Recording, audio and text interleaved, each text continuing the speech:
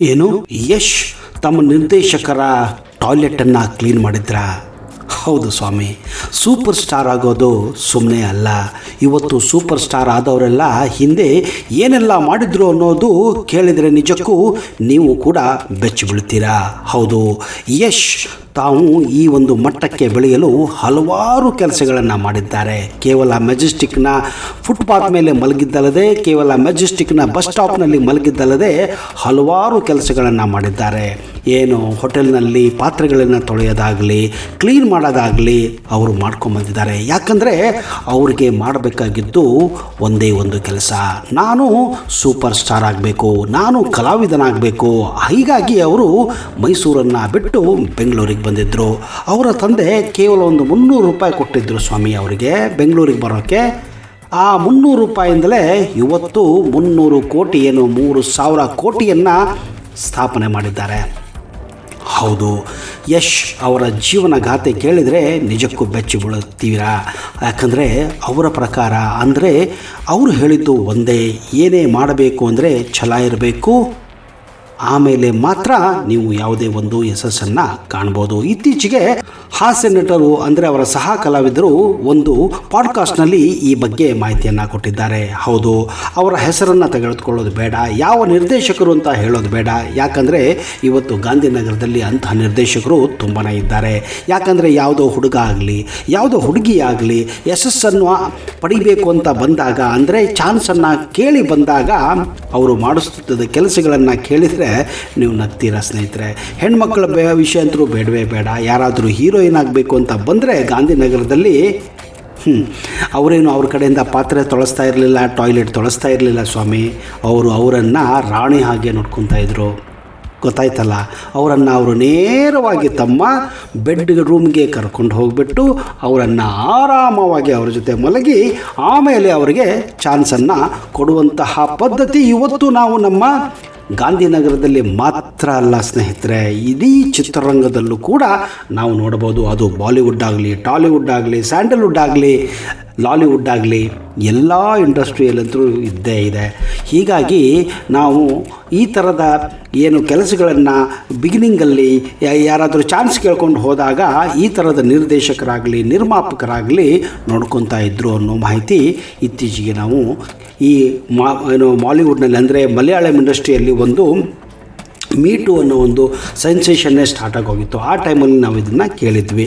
ಇದು ಹೀರೋಯಿನ್ಗಳ ಜೊತೆ ನಡೆದ್ರೆ, ಇನ್ನು ಈ ಬಡ್ಡಿಂಗ್ ಕಲಾವಿದರು ಅಂತಾರಲ್ಲ, ಏನು ಉದಯೋನ್ಮುಖ ಕಲಾವಿದರು ಏನಾದರೂ ಗಾಂಧಿನಗರಕ್ಕೆ ಬಂದಾಗ ಅವರ ಜೊತೆ ಇವರು ನಡ್ಕೊಳ್ತಾ ರೀತಿ ನೋಡಿದರೆ ಈ ರೀತಿ ಸ್ನೇಹಿತರೆ. ಇದಕ್ಕೆ ಯಶಸ್ಸು ಕೂಡ ಅಂದರೆ ಯಶ್ ಕೂಡ ಇದಕ್ಕೆ ಬಲಿಯಾಗಿದ್ದಾರೆ. ಹೌದು, ಇವರು ಗಾಂಧಿನಗರಕ್ಕೆ ಒಂದು ದಿವಸ ಚಾನ್ಸ್ ಕೇಳ್ಕೊಂಡು ಹೋಗಿದ್ದಾರೆ. ಇಲ್ಲಿ ಗಾಂಧಿನಗರದಲ್ಲಿದ್ದಂತಹ ಆಫೀಸ್ನಲ್ಲಿದ್ದಂಥ ನಿರ್ದೇಶಕ, ನೀನು ಇಲ್ಲಿ ಬೇಡಪ್ಪ, ನಮ್ಮ ಮನೆಗೆ ಬಾ, ನಿನ್ನ ಜೊತೆ ಡಿಸ್ಕಸ್ ಮಾಡೋಣ ಅಂತ ಹೇಳಿದ್ದಾರೆ. ನೋಡಿ, ಈ ಅಪ್ಪ ಮಲಗಿ ಎದ್ದಿದ್ದಾನೆ ಆ ನಿರ್ದೇಶಕ. ಹೋಗಿಬಿಟ್ಟು ಅವತ್ತು ಒಂದು ಹೆಚ್ಚು ಕಡಿಮೆ ಯಾರೂ ಕೆಲಸಕ್ಕೆ ಬಂದಿಲ್ಲ ಕಾಣುತ್ತೆ ಅವ್ರ ಮನೆಗೆ. ಟಾಯ್ಲೆಟು ಗಲೀಜಾಗಿ ಹೋಗಿದೆ. ಟಾಯ್ಲೆಟ್ ಏನಾಗಿದೆ, ಗಲೀಜಾಗಿ ಹೋಗಿದೆ, ಬಾತ್ರೂಮ್ ಗಲೀಜಾಗಿ ಹೋಗಿದೆ. ಇವನು ತಾನು ಸ್ವಂತ ತೊಳ್ಕೋಬೇಕು. ಏನೋ ಟಾಯ್ಲೆಟ್ ಅದು ಕೆಲಸದವ್ರು ಬರಲಿಲ್ಲ ಅಂದರೆ ಇವ್ರು ಸ್ವಂತ ತೊಳ್ಕೋಬೇಕು. ಕೆಲಸದವ್ರು ಬಂದಿಲ್ಲ ಅಂತ ಏನು ಚಾನ್ಸ್ ಕೇಳ್ಕೊಂಡು ಹೋಗಿದ್ದರಲ್ಲ ಯಶ್, ಅವರ ಬಳಿ ಟಾಯ್ಲೆಟನ್ನು ಕ್ಲೀನ್ ಮಾಡಿಸಿದ್ದಾನೆ. ಯಶ್ ಅವತ್ತು ಏನೂ ಮಾತಾಡಿಲ್ಲ. ಯಾಕೆ ಹೇಳಿ, ಅವ್ರಿಗೆ ಮನಸ್ಸಿನಲ್ಲಿ ಒಂದು ಫೈರ್ ಇತ್ತು. ನಾನು ಟಾಯ್ಲೆಟ್ ಏನು, ನಿನ್ನ ಮನೆ ಕೆಲಸನೂ ಮಾಡ್ತೀನಿ, ನನಗೆ ಚಾನ್ಸ್ ಕೊಡಿ, ನಾನೊಬ್ಬ ಕಲಾವಿದನಾಗಬೇಕು, ನಾನೊಬ್ಬ ಹೀರೋ ಆಗಬೇಕು. ಹೀಗಾಗಿ ಆ ನಿರ್ದೇಶಕನ ಒಂದೇ ಒಂದು ಮಾತಿಗೆ ಅವರು ಅವತ್ತು ಹೋಗಿ ಅವರ ಮನೆಯಲ್ಲಿದ್ದಂತಹ ಟಾಯ್ಲೆಟನ್ನು ಕ್ಲೀನ್ ಕೂಡ ಮಾಡಿದ್ದಾರೆ. ಆಮೇಲೆ ಆ ವ್ಯಕ್ತಿ ಅಂದರೆ ಆ ನಿರ್ದೇಶಕ ಅವರಿಗೆ ಚಾನ್ಸ್ ಕೊಟ್ಟನೋ ಬಿಟ್ಟನೋ ಬೇರೆ ವಿಷಯ.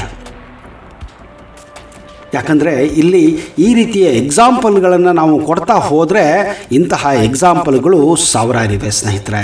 ಹೌದು, 1986ರಲ್ಲಿ ಹಾಸನ ಜಿಲ್ಲೆಯ ಭುವನಗಿರಿಯಲ್ಲಿ ಜನನ ಪಡೆದಂತಹ ಈ ಯಶ್ ಇವತ್ತು ಯಶಸ್ಸನ್ನು ಪಡೆದಿದ್ದು ಕೇಳಿದರೆ ನಾವು ನಿಮಗೆಲ್ಲ ಗೊತ್ತು, ಆ ಟೈಮ್ಲೇ ಗೊತ್ತು. ಮಾಮೂಲಿ ಒಬ್ಬ BMTC ಕಂಡಕ್ಟರ್ ಡ್ರೈವರ್ ಮಗ ಆಗಿ ಯಶ್ ಈ ಸಾಧನೆ ಮಾಡಿದ್ದು ಪ್ರತಿಯೊಬ್ಬರಿಗೂ ಸ್ಫೂರ್ತಿ ಆಗಬೇಕು ಸ್ನೇಹಿತರೆ. ನೋಡಿ, ಯಾವುದೇ ಕೆಲಸ ದೊಡ್ಡದಲ್ಲ, ಕಡಿಮೆ ಇಲ್ಲ, ಕೆಲಸನೇ. ಎಂಥದೇ ಕೆಲಸ ಇರಲಿ, ನಾನು ಅವರು ಇವತ್ತು ಟಾಯ್ಲೆಟ್ ತೊಳೆದಿದ್ದಾರೆ ಅಂತ ಹೇಳಿ ಅವರು ಸೂಪರ್ ಸ್ಟಾರ್ ಆಗಬೇಕಂತ ಇಲ್ಲ. ಎಂಥನೇ ಕೆಲಸ ಇರಲಿ, ಚರಂಡಿ ಕೆಲಸ ಇರಲಿ, ಮನೆಯಲ್ಲಿ ಕಸ ಹೊಡೆಯೋದಾಗಲಿ, ಕೆಲಸನೇ ಸ್ವಾಮಿ. ಕೆಲಸ ಮಾಡಬೇಕು. ಕೆಲಸ ಮಾಡಿದರೆ ತಾನೇ ನಿಮಗೆ ಮುಂದೆ ಕೆಲಸಗಳು ಸಿಗೋದು, ದೊಡ್ಡವರಾಗೋದು, ದುಡ್ಡು ಸಿಗೋದು, ಯಶಸ್ಸು ಸಿಗೋದು, ಅವೆಲ್ಲ ಆಗ್ತವೆ. ಹೌದು, ಕೇವಲ ಒಬ್ಬ BMTC ಡ್ರೈವರ್ ಮಗ ಆಗಿದ್ದೀನಿ ಅಂದ್ಬಿಟ್ಟು ನಾನು ಮಾಡೋದಿಲ್ಲ, ನಾನು ಯಾಕೆ ಮಾಡಬೇಕು ಅಂತ ಅವರು ಕೂಡ ಸೊಕ್ಕು ಮಾಡಿದರೆ ಅವತ್ತು ಆಗ್ತಾ ಇರಲಿಲ್ಲ. ಎಲ್ಲ ಮಾತುಗಳನ್ನು ಕೇಳಿದ್ದಾರೆ. ಲೈಟ್ ಬಾಯ್ ಥರ ಕೆಲಸ ಮಾಡಿದ್ದಾರೆ. ಹೋಗಿ ನಿರ್ದೇಶಕರಿಗೆ, ನಿರ್ಮಾಪಕರಿಗೆ ಟೀ ಕಾಫಿ ಕೂಡ ಕೊಡ್ತಾಯಿದ್ರಂತೆ ಸೆಟ್ಟಲ್ಲಿ. ನಾಚಿಕೆ ಪಡಬಾರ್ದ್ರಿ. ಎಲ್ಲಿವರೆಗೆ ನಿಮಗೆ ಯಶಸ್ಸು ಸಿಗೋದಿಲ್ಲೋ, ಎಲ್ಲಿವರೆಗೆ ನಿಮಗೆ ತೃಪ್ತಿಯಾದಂತಹ ಒಂದು ಜಾಗ ಸಿಗೋದಿಲ್ಲೋ, ಅಲ್ಲಿವರೆಗೆ ನೀವು ಹೇಳಿದ ಕೆಲಸಗಳನ್ನು ಮಾಡಬೇಕು. ಆದರೆ ಇವತ್ತಿನ ಏನು ಜನ್ಜಿ ಏನು ನಾವು ಕರಿತಾ ಇದ್ದೀವಿ, ಜನ್ರೇಷನ್ನು ಇಂಥ ಕೆಲಸ ಮಾಡೋದಿಲ್ಲ. ಇವತ್ತು ನಾನು ಯಾಕೆ ಮಾಡಬೇಕು? ಯಾಕಂದರೆ ತಂದೆ ತಾಯಿ ಆ ರೀತಿ ಬೆಳೆಸಿದ್ದಾರೆ. ಮನೆಯಲ್ಲೇ ಕೆಲಸ ಮಾಡೋದಿಲ್ಲ, ಇನ್ನು ಹೊರಗಡೆ ಮಾಡ್ತಾರಾ? ಇನ್ನು ಹೊರಗಡೆ ಅವರು ಒಂದು ಮಾತು ಹೇಳಿದರೆ ಸಾಕು. ಇವತ್ತಿನ ಹುಡುಗರು ಮಾತೇ ಕೇಳೋದಿಲ್ಲ. ನಾನು ಯಾಕೆ ಕೇಳಬೇಕು? ಅವ್ರು ಯಾವುದಾದ್ರಲ್ಲಿ ಕೆಲಸಕ್ಕೆ ಸೇರಿಕೊಂಡ್ರೆ ಅಂತ ಕೇಳ್ಕೊಳ್ಳಿ. ಅಲ್ಲಿ ಅವ್ರಿಗೆ ಯಾರು ಅವರ ಬಾಸ್ಗಳಿಗೆ ಸರ್ ಅಂತ ಕರೆಯೋದಾಗಲಿ, ನಮಸ್ಕಾರ ಅನ್ನೋದಾಗಲಿ, ಅಥವಾ ಏನೋ ಒಂದು ಗ್ರೀಟ್ ಮಾಡೋದಾಗಲಿ ಅದು ಕೂಡ ಇರೋದಿಲ್ಲ. ಏನೇ ಇದ್ದರೂ ಏಕವಚನದಲ್ಲಿ ಮಾತಾಡ್ತಾರೆ, ಹೆಸರಿಟ್ಟು ಕರೀತಾರೆ. ಈ ಕಲ್ಚರು ನಮ್ಮದಲ್ಲ ಸ್ವಾಮಿ. ಯಾಕಂದರೆ ಇವರಿಗೆ ಆ ದರ್ದಿರೋದಿಲ್ಲ. ಆ ದರ್ದಿದ್ದರೆ ಮಾತ್ರ ಅದು ಮುಂದೆ ಹೋಗೋಕ್ಕೆ ಸಾಧ್ಯ. ಯಾಕಂದರೆ ಇವತ್ತು ನೀವು ಯಾವುದೇ ಒಂದು ಯಶಸ್ಸು ಪಡಿಬೇಕಂದ್ರೆ ಈ ಯಶ್ ಅವರ ಒಂದು ಎಕ್ಸಾಂಪಲ್ ತೆಗೆದುಕೊಳ್ಳಿ. ಏನೇನು ಕೆಲಸ ಮಾಡಿಲ್ಲ ಅಯ್ಯಪ್ಪ. ನೋಡೋಕ್ಕೆ ಹ್ಯಾಂಡ್ಸಮ್, ನೋಡೋಕ್ಕೆ ಬಾಡಿ ಬಿಲ್ಡ್ ಮಾಡಿದ್ದಾರೆ, ಸಖತ್ತಾಗಿ ಕಾಣ್ತಾರೆ. ಆದರೆ ಅವರ ಹಿಂದಿನ ಪರಿಶ್ರಮನೇ ಇವತ್ತು ಅವರನ್ನು ಆ ಮಟ್ಟಕ್ಕೆ ತೆಗೆದುಕೊಂಡು ಹೋಗಿದೆ. ನಂಬಬೇಕು ಸ್ನೇಹಿತರೆ. ಇಂತಹ ಕಥೆಗಳನ್ನು ನಾವು ಕೇಳಬೇಕು, ಸ್ಫೂರ್ತಿಯನ್ನು ಪಡಿಬೇಕು. ನಾವೇನಾದರೂ ಯಶಸ್ಸನ್ನು ಗಳಿಸ್ಬೇಕಂದ್ರೆ ಇಂತಹ ಜನರ, ಅಂದರೆ ದೊಡ್ಡ ದೊಡ್ಡ ಜನರ ಯಾವ ರೀತಿ ಅವರು ಮೇಲಕ್ಕೆ ಹೋದರು, ದೊಡ್ಡ ದೊಡ್ಡ ಸ್ಟಾರ್ಗಳ ಬಯೋಗ್ರಫಿಗಳನ್ನು ಓದಿ, ದೊಡ್ಡ ದೊಡ್ಡ ಸ್ಟಾರ್ಗಳ ಬಯೋಗ್ರಫಿಯನ್ನು ಕೇಳಿ ನೋಡಿ, ಆವಾಗ ನಿಮಗೆ ಬರುತ್ತೆ ಒಂದು ಛಲ. ಆ ಛಲನ ನಿಮಗೆ ಒಂದು ಹೊಸ ಉತ್ಸಾಹವನ್ನು ಕೂಡ ತುಂಬುತ್ತೆ. ನಾನು ಹೇಳಿದ್ನಲ್ಲ, ಯಾವ ಕೆಲಸನೂ ಕಡಿಮೆ ಕೆಲಸ ಅಲ್ಲ. ಹೀಗಾಗಿ ಇವತ್ತು ಆ ರೀತಿ ಯಾವತ್ತು ನೋಡಿ, the Born with golden spoon, ಯಾರಾದರೂ ಶ್ರೀಮಂತರ ಮನೆಯಿಂದ ಬಂದಂತಹ ಮಕ್ಕಳು ಯಾವತ್ತೂ ಉದ್ಧಾರ ಆಗೋದಿಲ್ಲ. ಯಾಕಂದರೆ ಅವ್ರ ತಂದೆ ಅಷ್ಟೇ ಅವರು ಇರ್ಬೋದು, ಅವ್ರ ತಂದೆಗಿಂತ ಕಡಿಮೆ ಆಗ್ತಾರೆ ಹೊರತು ಅವ್ರ ತಂದೆಗಿಂತ ಮೇಲಾಗೋದಿಲ್ಲ. ಅದಕ್ಕೆ ನಾನು ಸಾವಿರಾರು ಎಕ್ಸಾಂಪಲ್ ಕೊಡಬಲ್ಲೆ. ಗವಾಸ್ಕರ್ ಮಗ ಗವಾಸ್ಕರ್ ಆಗಲಿಲ್ಲ, ಅಮಿತಾಬ್ ಬಚ್ಚನ್ ಮಗ ಅಮಿತಾಬ್ ಬಚ್ಚನನ್ನು ಮೀರಲಿಲ್ಲ ಅಲ್ವಾ ಸ್ನೇಹಿತರೆ? ಈ ರೀತಿ ಹಲವಾರು ಉದಾಹರಣೆಗಳನ್ನು ನಾವು ಕೊಡಬಹುದು. ಹೀಗಾಗಿ ಬಡವರಾಗಿ ಹುಟ್ಟೋದು ನಿಜಕ್ಕೂ ಒಮ್ಮೆ ಒಳ್ಳೆಯದು ಅನಿಸುತ್ತೆ. ಯಾಕಂದರೆ ನೀವು ಸ್ವಂತ ಬುದ್ಧಿಯಿಂದ, ಸ್ವಂತ ಕೆಲಸದಿಂದ ನೀವು ಒಂದು ಯಶಸ್ಸನ್ನು ಪಡೆಯೋಕ್ಕೆ ಸಹಾಯ ಮಾಡುತ್ತೆ. ಯಾಕಂದರೆ ಛಲ ಹುಟ್ಟಿಸುತ್ತೆ ಬಡವ ಹುಡುಗರಿಗೆ. ಶ್ರೀಮಂತರಿಗೆ ಅದೆಲ್ಲ ಬರೋದಿಲ್ಲ. ಯಾವ ಶ್ರೀಮಂತರಿಗೂ ನೀವು ಹೋಗಿಬಿಟ್ಟು ಟಾಯ್ಲೆಟ್ ತೊಳೆಯ ಅಂದರೆ ಅವನೇನು ಅನ್ಬೋದು? ಅಲ್ಲೇ ಒಂದು ಚಪ್ಪಲಿ ತೊಗೊಂಡು ಬಾರಿಸ್ಬಿಡ್ತಾನೆ. ಅವನ ಕೆಲಸ ಬೇಕಾಗಿಲ್ಲ. ಯಾಕಂದರೆ ಯಶ್ಗೆ ಕೆಲಸ ಬೇಕಾಗಿತ್ತು. ಬಡ ಡ್ರೈವರ್ ಮಗ ಆಗಿದ್ದರು ಅವರು. ಹೀಗಾಗಿ ಅವರಿಗೆ ಕೆಲಸ ಬೇಕಿತ್ತು. ಹೀಗಾಗಿ ಅವರು ಆ ಕೆಲಸವನ್ನು ಮಾಡಿದರು. ಇನ್ನೊಂದು ಇಂಟ್ರೆಸ್ಟಿಂಗ್ ವಿಷಯ ನಾನು ಹೇಳೋಕ್ಕೆ ಇಷ್ಟಪಡ್ತೀನಿ. ಅವರು ಬೆಂಗಳೂರಿಗೆ ಹೀರೋ ಆಗಿ ಬಂದರು. ಬಂದ ತಕ್ಷಣವೇ, ಅಣ್ಣ ನೀನು ಮೈಸೂರಿಂದ ಬಂದಿದೆಯಾ, ನೋಡೋಕ್ಕೆ ಹ್ಯಾಂಡ್ಸಮ್ ಆಗಿದೆಯಾ, ಬಾ ನಿನಗೆ ಕರ್ಕೊಂಡೋಗ್ಬಿಟ್ಟು ಹೀರೋಗೆ ಚಾನ್ಸ್ ಕೊಡ್ತೀನಿ.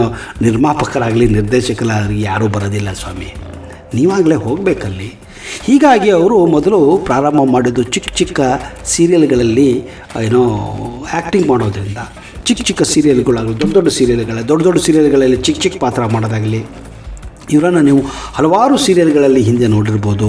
ಸಿಲ್ಲಿ ಲಿಲ್ಲಿ ಅಂತ ಸೀರಿಯಲ್ಗಳಲ್ಲಿ ಚಿಕ್ಕ ಪಾತ್ರನೇ ಬಂದು ಹಿಂಗೆ ಹೋಗೋದು ಅಷ್ಟೇ, ಒಂದೆರಡು ಡೈಲಾಗ್ ಹೇಳ್ಕೊಂಡು ಹೋಗೋದು ಅಷ್ಟೇ. ಅಂಥ ಪಾತ್ರಗಳನ್ನೆಲ್ಲ ಯಶ್ ಮಾಡ್ಕೊಂಬಂದಿದ್ದಾರೆ. ಹೀಗಿರುವಾಗಲೇ ಅವರ ಸಂಗಾತಿ ಅವರಿಗೆ ಅಲ್ಲೇ ಸಿಕ್ಕಿದ್ದು. ಹೌದು, ಅವರ ಹೆಂಡತಿ ರಾಧಿಕಾ ಪಂಡಿತ್ ಕೂಡ ಅವರಿಗೆ ಮೀಟ್ ಮಾಡಿದ್ದು ಈ ಸೀರಿಯಲ್ ಸಮಯದಲ್ಲೇ. ಒಂದು ದಿವಸ ಇವರು ಸೀರಿಯಲ್ಗೆ ಕೆಲಸ ಮಾಡೋಕ್ಕೆ ಅಂತ ಚಾನ್ಸ್ ಕೇಳ್ಕೊಂಡು ಬಂದಿದ್ದಾರೆ. ಅವರಿಗೆ ಚಾನ್ಸ್ ಸಿಕ್ಕಿಲ್ಲ.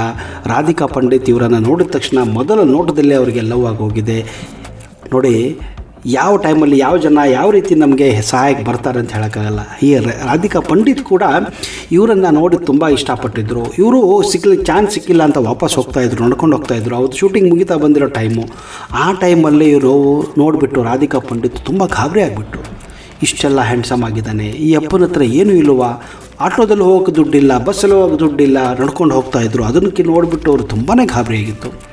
ಅವರೇ ಕರೆದುಬಿಟ್ಟು ತಮ್ಮ ಕಾರಲ್ಲಿ, ಅಂದರೆ ಆ ಪ್ರೊಡಕ್ಷನ್ ಕಾರಲ್ಲಿ ಹೋಗುವಾಗ ಅವರನ್ನು ಕರೆದುಬಿಟ್ಟು ಪಕ್ಕದಲ್ಲಿ ಕೂಡಿಸ್ಬಿಟ್ಟು ಅವರು ಯಾರು ಏನು ಕತೆ ಅಂತ ಕೇಳಿಬಿಟ್ಟು ಅವರನ್ನು ಎಲ್ಲಿಗೆ ಹೋಗಿ ಡ್ರಾಪ್ ಮಾಡಬೇಕಂತ ಡ್ರಾಪ್ ಮಾಡಿ ಮುಂದೆ ಹೋಗಿದ್ದಾರೆ.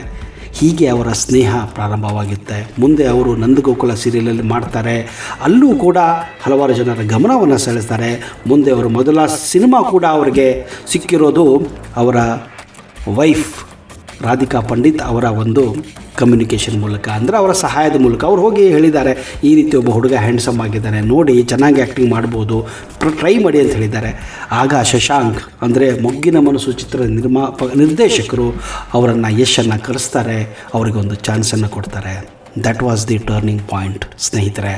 ಅದು ಯಶ್ ಅವರಿಗೆ ಸಿಕ್ಕಂತಹ ಒಂದು ಟರ್ನಿಂಗ್ ಪಾಯಿಂಟ್.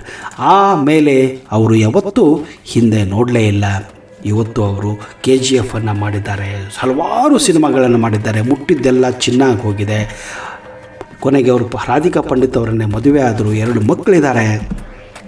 ಈಗ ಅವರ ಚಿತ್ರ ಟಾಕ್ಸಿಕ್ ಕೂಡ ಬರ್ತಾ ಇದೆ, ಅದು ಕೂಡ ದೊಡ್ಡ ಮಟ್ಟಿಗೆ ಯಶಸ್ಸಾಗುತ್ತೆ ಅನ್ನೋದು ನನ್ನ ಭಾವನೆ. ನಿಮ್ಮ ಅನಿಸಿಕೆ ಏನು? ಈ ಒಂದು ಕಥೆ ನಿಮಗೆ ಸ್ಫೂರ್ತಿಯನ್ನು ಕೊಡ್ತಾ ಯಾವ ಕೆಲಸ ಕಡಿಮೆ ಅಲ್ಲ ಅನ್ನೋದು ತಿಳಿಬೇಕು. ಆಗಲೇ ನೀವು ಮುಂದೆ ದೊಡ್ಡವರಾಗೋಕ್ಕೆ ಒಂದು ನಾಂದಿ ಹಾಡುತ್ತೆ, ಒಂದು ಹೊಸ ಸ್ಟೆಪ್ ಇದ್ದ ಹಾಗೆ. ಸ್ನೇಹಿತರೆ, ಈ ವಿಡಿಯೋ ನಿಮ್ಗೆ ಹೇಗೆ ಅನಿಸ್ತು? ನಿಮ್ಮ ಅನಿಸಿಕೆಗಳನ್ನು, ನಿಮ್ಮ ಅನುಭವಗಳನ್ನು ದಯವಿಟ್ಟು ಮೊದಲು ಕಮೆಂಟ್ ಮಾಡಿ. ಆಮೇಲೆ ಇಷ್ಟ ಆದರೆ ಈ ವಿಡಿಯೋನ ಲೈಕ್ ಮಾಡಿ, ಇಷ್ಟ ಆದರೆ ಮಾತ್ರ ಬೇರೆಯವ್ರ ಜೊತೆ ಶೇರ್ ಮಾಡಿ.